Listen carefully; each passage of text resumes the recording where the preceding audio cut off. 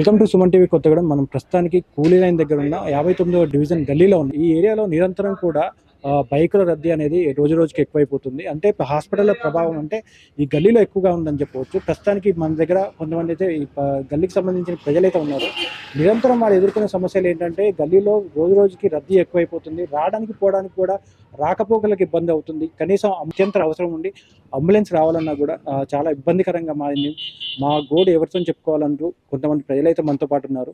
వారి దగ్గరికి వెళ్ళి అసలు వీరు రోజు ఎదుర్కొంటున్న సమస్యలు ఏంటి వారి మాటల్లో తెలుసుకున్నారండి. హాస్పిటల్స్కి వాళ్ళకి కంప్లైంట్ చేసినా కానీ నెగ్లిజెన్సీ అయితే ఎక్కువ ఉంది, ర్యాష్గా బిహేవ్ చేస్తుంది. ప్రతిరోజు జరుగుతుంది. దీనివల్ల మేము చాలా సమస్య ఎదుర్కొంటాం. ఇంతకుముందు కూడా వాళ్ళ దృష్టికి తీసుకెళ్ళాము, అయినా కూడా వాళ్ళు ఎలాంటి రెస్పాన్స్ లేదు.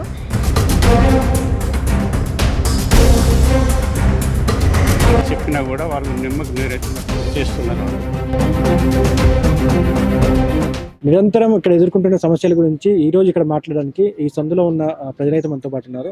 అన్న చెప్పండి, మీరు ఎటువంటి ఇబ్బందులు ఎదుర్కొంటారు? యాక్చువల్గా ఇది కూలీ లైన్ రంగారావు హాస్పిటల్ గల్లీ అండి. ఇది ఇంతకుముందు 33 వార్డు ఉండేది. ఇది మన కార్పొరేట్ అయినాక 59వ డివిజన్ అయింది. నిరంతరం మా గల్లీలో అయితే హాస్పిటల్స్ అలాగే బెల్ట్ షాపులు ఉన్నాయి. వాటి వల్ల ట్రాఫిక్ ఇబ్బంది బాగా అవుతుంది. అలాగే ఒక అంబులెన్స్ రావడానికి కూడా ఇబ్బంది అవుతుంది. ఇప్పటికీ మా వాహనాలు చాలాసార్లు డ్యామేజ్ అయ్యాయి. మేము హాస్పిటల్స్కి వాళ్ళకి కంప్లైంట్ చేసినా కానీ నెగ్లిజెన్సీ అయితే ఎక్కువ ఉంది, ర్యాష్గా బిహేవ్ చేస్తున్నారు వాళ్ళు కూడా. అనేది ఎన్నో వార్డు ఈ గల్లీ? ఇది 33వ వార్డు అండి. ఇప్పుడు కార్పొరేట్ అయ్యాక 59 డివిజన్ కూలీ లైన్ కింద కూలీ లైన్ వస్తుంది. రంగారావు హాస్పిటల్ లైన్ ఇది, గణేష్ టెంపుల్ ఆపోజిట్ లోనే ఉంది. మొత్తం ఎన్ని హాస్పిటల్స్ ఉంటాయి? ఇక్కడ ఒక 5 అయితే ఉన్నాయి. మధ్యలో మనకి ఈ బ్లడ్ టెస్ట్ కేంద్రాలు కూడా ఉన్నాయి ఇందులోనే. అంటే ఓన్లీ హాస్పిటల్స్ వల్లే ఇట్లా ప్రాబ్లం అవుతుందా, లేకపోతే హాస్పిటల్స్ ఉన్నాయి, అలాగే బెల్ట్ షాప్స్ కూడా ఉన్నాయి. వాటి ద్వారా కూడా ఎవరైనా ఆల్కహాల్ తాగడానికి వచ్చిన వాళ్ళు కూడా బైక్స్ అన్ని ఆటోలు కానీ రోడ్డు మీద పార్క్ చేయడం వల్ల చాలా ట్రాఫిక్ ఇష్యూ అవుతుంది. మేజర్గా మాకు కాకపోయినా ఒక ఎమర్జెన్సీగా ఏమైనా అంబులెన్స్ వచ్చినా కానీ వాళ్ళకు కూడా చాలా ఇబ్బందిగా ఉంది. అంటే ఇంత పబ్లిక్ ప్లేస్ లో బెల్ట్ షాప్ ఉందని చెప్పేసి అంటున్నారు కదా, దానికి పర్మిషన్స్ ఏమున్నాయి? అవి మనకు ఐడియా లేవన్నీ, కాకపోతే అవి వాటి గురించి అని మనకు తెలియదు, కానీ అక్కడైతే రన్ అవుతుంది, ఎప్పటి నుంచో రన్ అవుతుంది. అంటే మీరు నిరంతరం ఎదుర్కొనే సమస్య అయితే ఇది? అవునండి. అలా చెప్పండి, మీరు ఎదుర్కొంటున్న సమస్యలు. నమస్తే అండి, నా పేరు శ్రీనివాస్ అండి. ఇది 33వ వార్డు, ఇప్పుడు 59వ డివిజన్ అయింది. ఈ గల్లీలో మేము చాలా రోజుల నుంచి కూడా ట్రాఫిక్తో ఇబ్బంది పడుతున్నాము. హాస్పిటల్ ఉండడం వల్ల ఈ హాస్పిటల్కి వచ్చే బైక్స్ కానీ కార్లు కానీ ఏవైతే ఉన్నాయో అవి రోడ్డు మీదనే పెట్టేసి ఇష్టానుసారం వదిలేసి వాళ్ళ డాక్టర్ దగ్గరికి వెళ్ళి అడిగితే వాళ్ళు నిర్లక్ష్యమైన సమాధానం చెప్తూ ఎవరికి చెప్పుకుంటారో చెప్పుకోండి అన్న సమాధానంలో ఉన్నారు. దానివల్ల మాకు ప్రతిరోజు కూడా ఇక్కడ ట్రాఫిక్కి చాలా ఇబ్బంది అవుతుంది. మీదైనా ఎమర్జెన్సీగా వెళ్ళాలన్నా కానీ ఇబ్బంది ఎదుర్కొంటున్నాం. అలాగే మా బైక్స్ కానీ కార్లు కానీ డ్యామేజ్ అవుతున్నాయి. ఎవరికి చెప్పినా కానీ పట్టించుకోవడం లేదు. దీనివల్ల చాలా సమస్య ఎదుర్కొంటున్నాం. అంటే ఇదివరకు డాక్టర్ దగ్గర దృష్టి తీసుకెళ్ళిన సందర్భాలు ఉన్నాయి? డాక్టర్ దగ్గరకు కూడా తీసుకుపోయిన సందర్భాలు ఉన్నాయి, కానీ వాళ్ళ దగ్గరికి వెళ్తే బయట ఉన్న రిసెప్షన్ లోపలికి వెళ్ళదు, డాక్టర్ దగ్గరికి వెళ్ళనియరు. వెళ్ళినా కానీ వాళ్ళు రెక్లెస్ సమాధానం చెప్పడము, చేస్తామంటాము, అంతవరకు దాన్ని వదిలేయడము ఆ ఒక్కరోజు వరకే. దాని తర్వాత ఏదో రాజు తదా అన్నట్టు నడుస్తుంది. అటు ఇటు బైక్స్ కానీ కార్లు కానీ అడ్డంగా ఇప్పుడు ఆల్రెడీ మీరు వీడియోలో మీరు చూశారు ఏదైతే ఉందో అది ప్రతిరోజు జరుగుతుంది, ఒకరోజు కాదు, ప్రతిరోజు జరుగుతుంది. దీనివల్ల మేము చాలా సమస్య ఎదుర్కొంటున్నాం. అంటే దీనికి మీకు కావాల్సిన సొల్యూషన్ ఏంటి? అంటే ఇది పోలీస్ స్టేషన్ లో కానీ ట్రాఫిక్ లో కానీ ఇక్కడ ఆల్రెడీ మున్సిపల్ ఆఫీస్ లో కంప్లైంట్ చేశాము. మున్సిపాలిటీ ఆఫీస్ లో కూడా మేము కంప్లైంట్ చేశాము, కానీ దాని గురించి కూడా ఎవరు పట్టించుకోలేదు. ఇప్పుడు కూడా మళ్ళీ వెళ్ళి డాక్టర్లు అందరికి కూడా కలిసి చెప్పడం జరిగింది, చేస్తామంటున్నారు. ఇప్పటి నుంచి ఏం జరుగుతుందో చూడాలి. అన్న మేము చూస్తున్నాం, మీరు ప్రతి హాస్పిటల్కి కూడా వెళ్ళి అంటే 10 మంది వెళ్ళి హాస్పిటల్ డాక్టర్లతో మాట్లాడడం కానీ అది చేస్తున్నారు. మీరు అటు వెళ్ళి ఇటు వచ్చేలోపు గ్యాప్ లో అంటే మేము చూస్తూనే ఉన్నాం.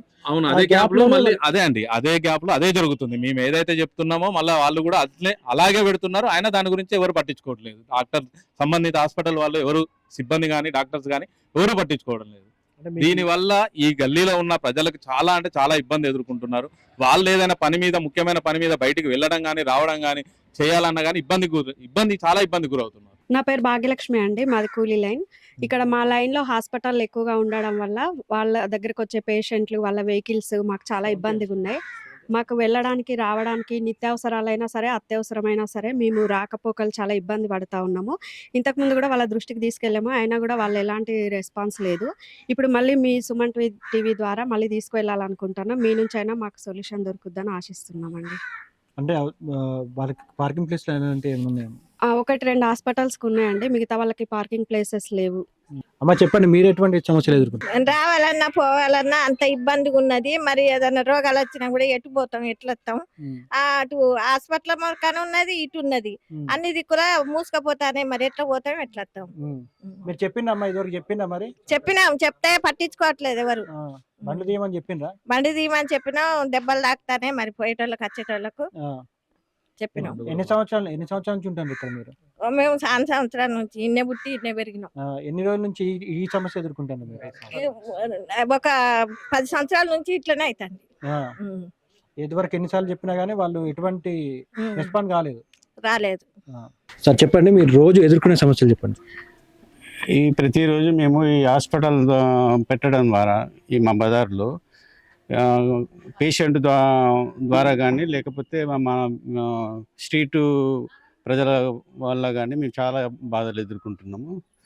అయితే వాళ్ళకు హాస్పిటల్ యాజమాన్యానికి కూడా మేము కంప్లైంట్ చేసాం మున్సిపల్ తరఫున. మేము కూడా ప్రత్యేకించి వాళ్ళకు విజ్ఞప్తి చేసినా కూడా వాళ్ళు ఏం స్పందించట్లేదు. కావున సుమన్ టీవీ ద్వారా మేము తెలిపేది ఏమన్నా, మా ఈ సమస్యను, ప్రజల సమస్యను హాస్పిటల్ కానీ ఏరియా వాళ్ళు కానీ లేకపోతే మున్సిపాలిటీ వారు కానీ మాకు ఈ పరిష్కారం చేయగలరని ప్రార్థిస్తున్నాం. ఎన్ని సంవత్సరాల నుంచి ఈ సమస్య ఎదుర్కొంటున్నారు? ఈ కనీసం ఈ హాస్పిటల్ పెట్టిన కానీ దరిదాపు 7-8 సంవత్సరాల నుండి ఈ ప్రాబ్లంను మేము ఫేస్ చేస్తున్నాము. అంటే ఇదివరకు చెప్పారా అండి మీరు? ఇంతకుముందు మా బజార్ ద్వారా, మా యూత్ ద్వారా మేము కంప్లైంట్ చేయడం కూడా జరిగింది. ఎన్నిసార్లు చెప్పిండ్రు? మీరు చెప్పినా కానీ వాళ్ళ దగ్గర నుంచి ఏమైనా రెస్పాన్స్ ఉందా? వాళ్ళ ద్వారా అయితే ఏం రెస్పాన్స్ లేదు. చెప్పినా కూడా వాళ్ళు నిమ్మకు నీరెత్తినట్టు చేస్తున్నారు వాళ్ళు. కావున మాకు ఈ సమస్యను పరిష్కరించాలని. ఫర్దర్గా మీరు ఇంకా ఈ సమస్య గురించి ముందుకెళ్ళడానికి ఏం చేయాలనుకున్నారు? మేము మా బజార్ ద్వారా, మా యూత్ ద్వారా మేము నిరాహార దీక్ష కానీ లేకపోతే వాళ్లకు స్పందించే విధంగా మేము చర్యలు తీసుకుందామని అనుకుంటున్నాం.